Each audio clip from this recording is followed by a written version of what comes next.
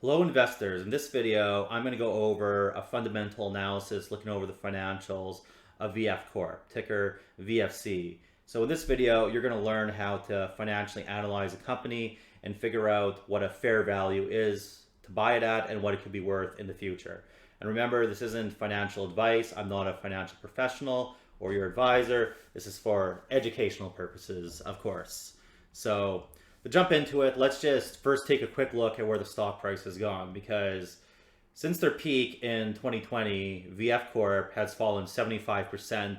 It's their basically the second biggest drop they've had, pretty equivalent with the one back in the 1980s and the 1990s. So we have to just look at, is this drop justified, and is there some real fundamental deterioration in the company behind it, or is this somewhat irrational and we're going to be able to get VF Corp at a really good value?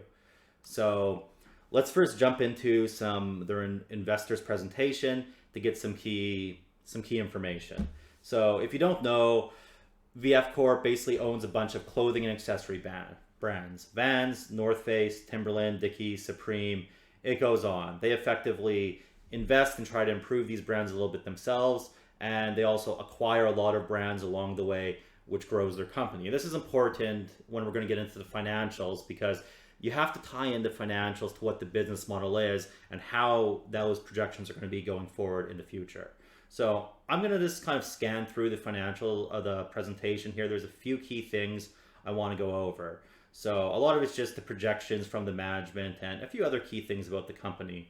So the one thing here, basically from 2022 to 2027, the management right now is basically projecting mid-single digits to high single digits compound annual growth rate. So they still are expecting a good amount of growth in the company going forward. This isn't a growth company, like a Google or a Netflix. It's going to be slower, but we are going to be seeing some growth going forward. So that is important in our valuation. We're going to have to go over their key brands here.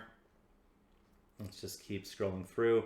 600 billion addressable, basically total addressable market. They feel they're positioned to grow strongly. They can do a lot of acquisitions. There's a lot of room for them to potentially grow. So as long as the company's operating well, it can deliver a lot of long-term basically value. Another important thing here, their 2027 financial targets. Again, the revenue is mid to high single digits compound annual growth, but their earnings per share, they're expecting high single to low double digits with free cash flow of 5.5 billion by then.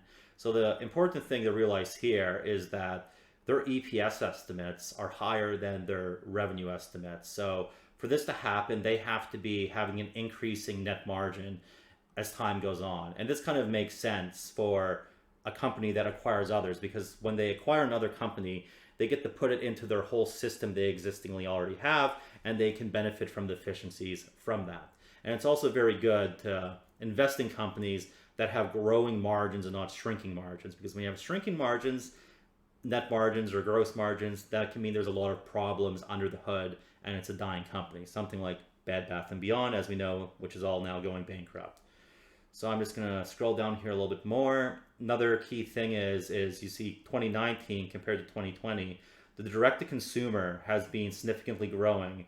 And what's nice for the direct-to-consumer is they're going to make a higher margin since they're not having to go through wholesale. So as this is growing, and through the internet and e-commerce and social media, they're able to connect directly to consumers. This is also going to allow them to grow their net margin in the future. So let's keep going here. There's mainly just one last thing I really want to show, I think, in here.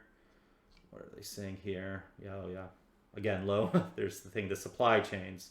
So this gets into the whole acquisition model of the future and why it's an efficient model for them, because they have very good global supply chains.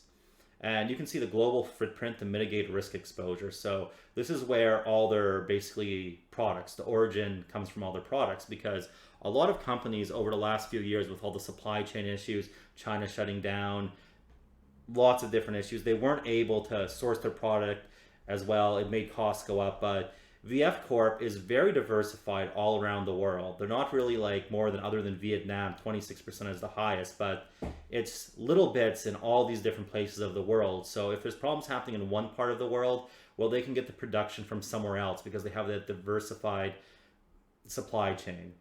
And we can also see this from their fulfillment network.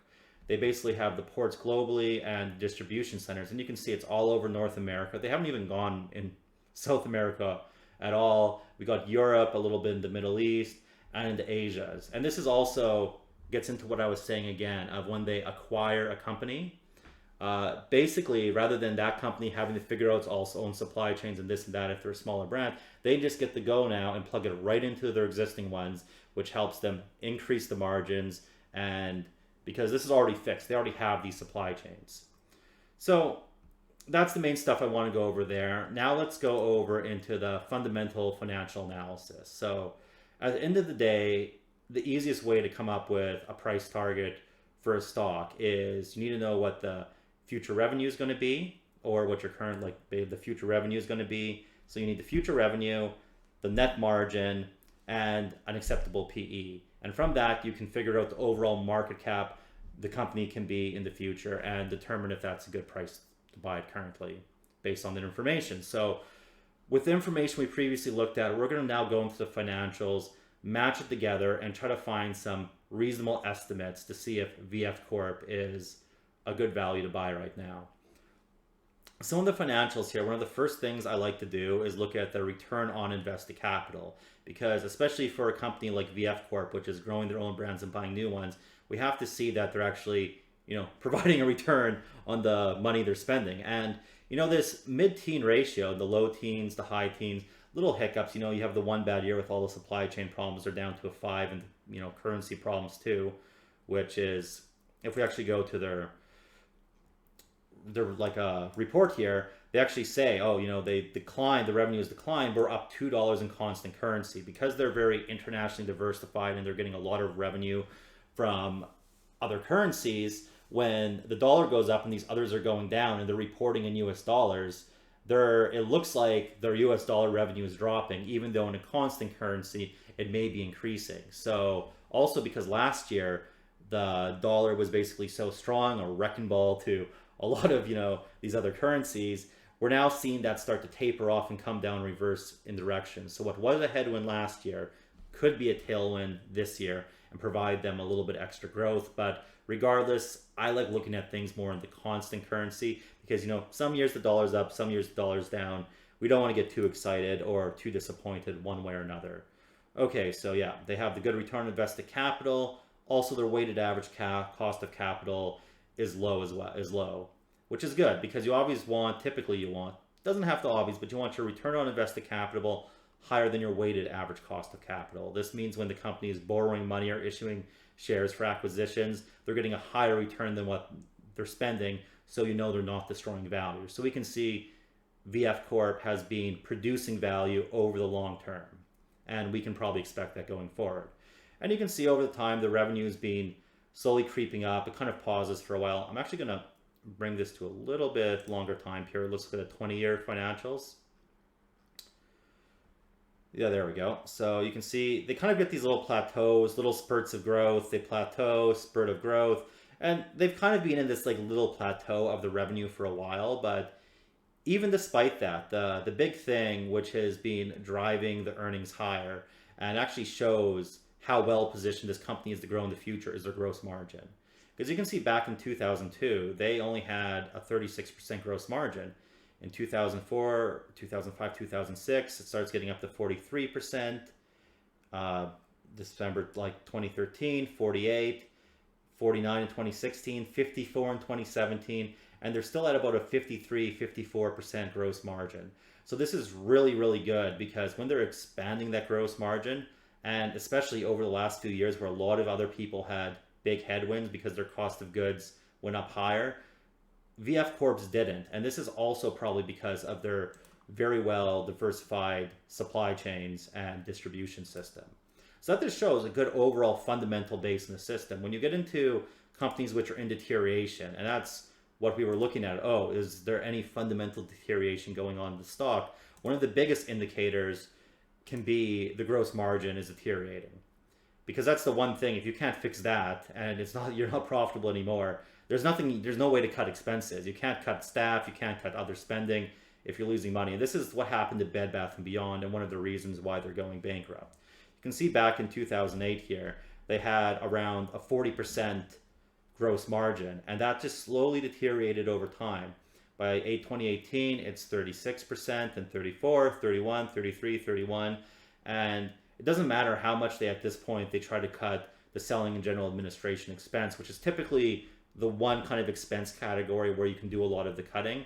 Because they've lost so much on the top line from the gross margin, they can't become really profitable again, and it just shows the company's was in complete deterioration.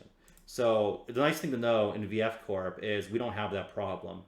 As we said, the net margins are good and the gross margin is also good. So we're getting both top and bottom line efficiencies increasing. Another important thing I like to look at is the interest expense, because, well, debt is just an overall number, and you know, so they have a lot of debt, they have a little debt. What really matters is the cost of that debt, and can the company afford it? So you can see the company has right now about $133 million per year in interest expense. And from the last 2 years here, well, this is like from the end of March 2022, and then this is almost rounding they had to the new year, but you know, 1 quarter behind, I think. 1.6 billion and 1.25. So this is actually a pretty good interest expense to operating income ratio. And this year here, when things are good, it's better than 1 to 10. And even here, it's still at about that 1 to 10 ratio. So I'm very happy to see this. It's tells me the company is not going to have borrowing problems, and it also opens them up in the future for more acquisitions, because the company can take on more debt, and because they're not already like weighed down with it. And we also know from looking at the previous weighted average cost of capital, their average cost of the debt is in that 6-7% range, compared to the return on invested capital, which is in the mid-teens. So if they do acquisitions, they do take on more debt, they're going to be producing a good return. And then we get down to the bottom line here, the net income. And actually, again, I need to bring up the 20-year chart because I'd flip back to Bed Bath & Beyond, but let's do that and scroll down. And you can see their net margin was like, 7, 9.1, 9, 8, 8.5, 8.2, 7.8, 2009, 6, then 7.4, 9.4, 10, 10.6, 8.8, 11.2, 9.74, 7.3, 12.27. 6, 4, 11, but there's ups and downs, but the general trend is up. Our highs are always getting higher. So there's that. We're also seeing this general net margin expansion, which the company is overall talking about. If we go to their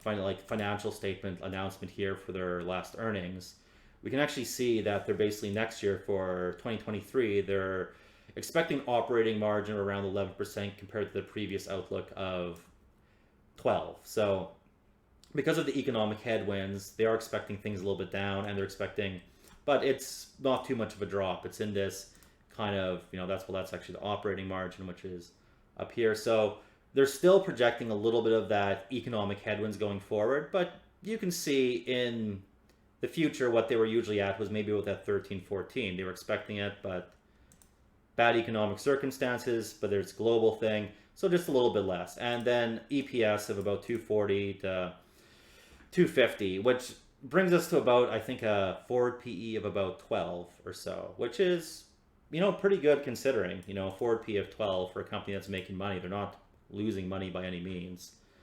And we can also see their shares. They have been buying back shares. They don't really issue shares other than like a little bit back here, but they're net buying back shares, returning that capital to shareholders. VF Corp also does pay a big dividend, which does come in a way of why you don't have to rely on just the stock going up a lot, because they do return a lot of capital to shareholders through the dividend. So let's analyze the balance sheet. This is just kind of see if they have any balance sheet problems that's giving us any big warning flags, or if there's a lot of additional value on the balance sheet. So we have basically 13.3 billion in total assets. But what's important with this to note is that the goodwill is at 2.1 billion. Goodwill is basically just accounting errors which are left over from when acquisitions happen. There's no real value there. Goodwill is meaningless. And they have 5.6 in total current assets, and their overall intangible assets is at 4.8. So that's a lot of the brands. That includes the goodwill. So they're sitting on about 2.7 billion of intangible assets. So when we do go down through liabilities, the current liabilities is 5.3. So our current assets were higher than our current liabilities. That's the quick ratio people like to look at. So they're in good financial standing there. Their overall liabilities, 10.7, below their overall assets. So that's good, leaving 3 billion in equity. But again, 2 billion of this is goodwill, leaving us really only $1 billion of equity. But they have about 2.7 billion in intangible assets, the brand values, which they probably do have some value, but considering all of this, I don't really consider this company to have any like additional tangible balance sheet value. So I'm not going to apply any of that into the calculation. For example, if some companies have sometimes 20-30% of their total market cap sitting in real tangible value on their balance sheet, a lot of cash and real assets, and then it makes sense to apply it in. But in this case, we don't need to. And now let's look at the cash flow to see kind of how the business has been operating, where the cash is going. So we got positive cash flow from operations basically every year. They put a little bit of that all the time in the purchase of plant and property. That's just reinvesting into their existing business, their supply chains. And then you can see they do their acquisitions along the way. Sometimes they got the big ones or there's some little ones, and they're spotty. It's not super consistent. It's when they can find a good acquisition, they're going to do it. And we should expect this going forward. And then you can see how they're returning value to shareholders through the repurchase of stock and through the cash flow through dividends. And this has been, in the long term of things, a dividend, basically a dividend growth company. The company's growing, their dividend's growing, and right now their yield's actually quite exceptionally high, which I'm going to get into, because this is a way where you can get a lot of long-term value is by getting that dividend coming in. And if you do decide you want to just hold something like VF Corp for a long term, 10 years later, the amount of dividend you're getting, the yield on cost, can be substantially higher. And I kind of do favor receiving dividends a little bit more compared to repurchase of stock, because I find so many companies, they just don't do a good job of returning value to shareholders through the repurchase of stock. And VF Corp isn't the worst at this, but they're not the greatest. You can see in the last year, they virtually bought back no stock. And in the last year, this whole time, that's when prices have been the cheapest. And that's when you would want them buying back the stock. But because there's overall economic headwinds and overall conditions, companies usually say, oh, we want to make sure we don't like overspend, and we want to keep more cash in the bank, because sometimes they're not making as much money and this and that, but then they're not repurchasing the stock. But just from the dividends, they always want to still be paying the dividends, because that's just such a looked at thing by large institutional investors, different funds. They base it on that dividend income. So the dividends are always typically going to be consistent. That's the last thing a company wants to cut. But a lot of times they will cut the stock repurchases. And you can see here from 2014 to 2017 were some of the largest share buybacks they did. 728 million, 733 million, $1 billion, 1.2 billion in 2017. And then when we look at 2014, which is right up here, right near the top, the 2017, this was not the best time to buy back shares. Like, if you want to buy back shares, be consistent with it, but don't, when you have those years when you're making more money than normal, don't spend it all then. Reserve some in the tank, basically, in your bank, and when things go bad, keep the buybacks consistent. Very few companies do this, but some do it. So then, when this happens, they can be buying back shares down here and really returning a lot of value to shareholders. So this isn't a make or break it for me in the company, but it is something just to keep in mind. And actually, the fact when they do this and they aren't buying back shares and things get really cheap, this is one of the reasons you actually can buy the stock so cheap, because they're keeping it kind of the price up high here by buying back all these shares. And then when, little headwind comes, but company's still profitable, still making money, just overall global macro problems, they're not buying back shares, stock gets sold off more than maybe it should, and you can come scoop it in for a really good deal. But it does factor in of my thing of how long I'm actually going to hold this stock.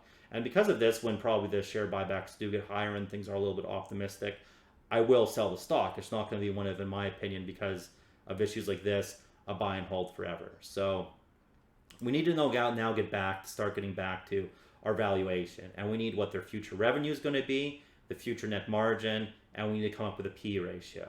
So we've kind of got a good overall financial view of the company. I think things are positive, slow, steady growth going forward, increasing margins. Even with headwinds, your margins aren't going to be increasing, but instead of increasing, maybe they're just going to stay stable. So let's just go to our interactive chart here. We can look at the overall revenue with estimate. I'm just going to take off the price here. We don't need to look at the price. We want to see where it's going. So they're expecting in 3 years to have 13.6 billion in revenue. And you can see there's little ups and downs. It got a really big peak again in this 2014 area. This is when they're buying back most of the shares. And then I think that's just not bringing up the data for 2018. This didn't actually happen. All the numbers are just blocked out. But, they get a boost up, they get a little pause. But this overall trend is up and to the right. That's what you want to see in a company, is up and to the right in a lot of these trends. And then we can look at the price to sales ratio. And the price to sales ratio is really good. You can see it's about a 1 right now. When I was getting up here, it was getting a little bit high because your price to sales ratio is basically a derivative kind of like of your earnings and with the net margin. So as your net margin goes up, you should expect the company to have a higher price to sales ratio. So we're getting 1 here, and yeah, historically it has been cheaper in the past. You could say, oh wow, potentially could go 50% more down or something. But oops, not Netflix. I previously did a Netflix thing. Let's bring up the net margin on top here. When you do look at this, let's just bring up the 30-year because we don't have all the data for back then anyways, is the net margin, where they sometimes have these little dive downs. It is in an overall uptrend as well. And there's actually quite a difference between like a 7.5 or a 7% margin and 11 to 12% margin. That's 50% growth. So that can justify a 50% higher price to sales ratio. So even just from looking at the price to sales ratio with the retrospect of what their net margins have been in the past and are going forward, this is already looking like it's potentially a pretty deep value. It's one of the best values it's basically effectively been since 2008, 2009. And now let's look at the PE, because we need to figure out what's going to be a good PE to use for this company. So we'll get up the PE. We're going to bring back up the stock price too. And you can see VF Corp, just look here in the orange and you can see what the P is as I scroll along. This is typically when they have a bad year, it spikes up, so ignore that. But even back in the 1990s, trading high teens, mid 20s, things get a little bit rough for the company. It goes down sometimes, the high single digits, low teens. Going here, again, we're around the 12. Again, remember our current forward PE is 12. So we are, even historically at this point, looking at a pretty attractive value. Is it as big bargain basement pricing as it could be? No, but the company was a lot smaller back then. And, get up to the high teens during the financial crisis, goes to that 8, 9. We're coming back to 12, 15, 18, 17. 15, 16, 19, getting into a 20. So when things are a little bit rougher, they do trade in those low teen PEs, which is what we are currently right now, forward PE of 12. 21, 20, 30, that was a pretty big high there. So, and remember, this was after the peak revenue and peak earnings in 2014, so it looked like there's a lot of growth. So when the company does get a growth spurt on the upside, you can potentially get into these high 20 PEs. So again, we're in the mid 20s, low 20s, a bump up in the 40 briefly, back into the mid 20s, and you can see it's kind of come down. So, well, it seems like the PE is all over the place. We have to look at it this way, okay? The company will trade in the low teens when things are a little bit rough, potentially even just below a 10, which we're pretty close to now at a 12. But when things get good, they can potentially trade in the mid 20s and even high 20s. So out of this, I'm going to just take an overall kind of in the middle of the road. So you can look at the fair value from the number I'm about to calculate being potentially a little bit lower if things are a lot more headwinds and they're trading in that lower teen PE, because right now it's forward PE of 12. Or if things get better, it could be a lot better, and it could be a mid 20. So forget what you saw there. It's the the preview is already there. But let's take the 13.6 billion in revenue, and this is how easy it is to effectively calculate a stock price, what's going to be in the future. A lot of people have these fancy discounted cash flow calculators. You don't need that. You can just use a little calculator on your computer here and follow this process. So we take what our future revenue is going to be. 3 years in the future, I like looking at the 3-year analysis just because it's more predictable. 13.6 billion. Let's go by basically 10% net margin. Even though it could be 11 and higher, that's where it's trending. I want to be, a little bit conservative at the 10, which brings us 1,360 million of net income. And we're going to apply that 17p, which is kind of ballpark in the middle. And that gives us a future market cap of $23 billion. So in this, while VF Corp does actually buy back shares, I'm not going to factor that in, assuming, well, if things are a little bit rough and economically going forward, I don't want to be overly optimistic in my assumptions.